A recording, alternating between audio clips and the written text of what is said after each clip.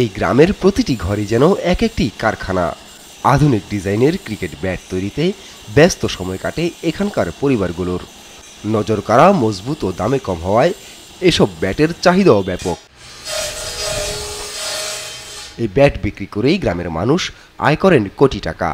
আর এই গ্রামে তৈরি ব্যাটের এমনই খ্যাতি যে এখন গ্রামটিকে সবাই চেনে ব্যাটের গ্রাম নামেই। এই গ্রামে প্রায় ছোট বড় 2 শতাধিক ব্যাট তৈরির কারখানা রয়েছে এবং প্রত্যক্ষ এবং পরোক্ষভাবে এই কারখানায় প্রায় 10,000 লোকের কর্মসংস্থান রয়েছে। প্রতি বছর আনুমানিক 15 থেকে 20 লক্ষ টাকা প্রতি কারখানা থেকে ব্যাট সরবরাহ করা হয়ে থাকে। বিসিক সারা এর সাথে এই ব্যাট কারখানার মালিকদের যোগাযোগ রয়েছে এবং তাদের সুবিধা অসুবিধা সার্বক্ষণিক তদারকি করা হয়।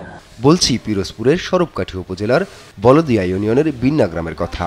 এখানকার প্রায় প্রতিটি ঘরেই আছে একটি ব্যাট তৈরির কারখানা। কারখানাগুলোতে হয়েছে কয়েকশো নারী পুরুষের কর্মসংস্থান। বহু টাকা ইনকাম হইতে আছে, প্রায় 5-10 কোটি টাকার মতন ইনকাম হইতে আছে। অনেক গরিব ছিল ভিন্ন এলাকা, এই ব্যাট বানাই অনেক মানুষ উন্নতি হয়েছে, অনেক বিল্ডিং আছে, অনেক জায়গা জমি রাখছে। এখানকার কারিগররা আন্তর্জাতিক মানের ব্যাট তৈরি করতে পারলেও শুধুমাত্র যথাযথ কাঠের অভাবে সেটি সম্ভব হচ্ছে না। ভালো মানের কাঠ দিয়ে ব্যাট বানালে তা বিদেশেও রপ্তানি সম্ভব বলছেন কারিগররা।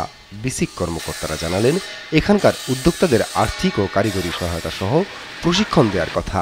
সরকারিভাবে পৃষ্ঠপোষকতা পেলে এই গ্রামের তৈরি ব্যাট রপ্তানির মাধ্যমে বৈদেশিক মুদ্রা আয় সম্ভব বলে মনে করছেন সংশ্লিষ্টরা।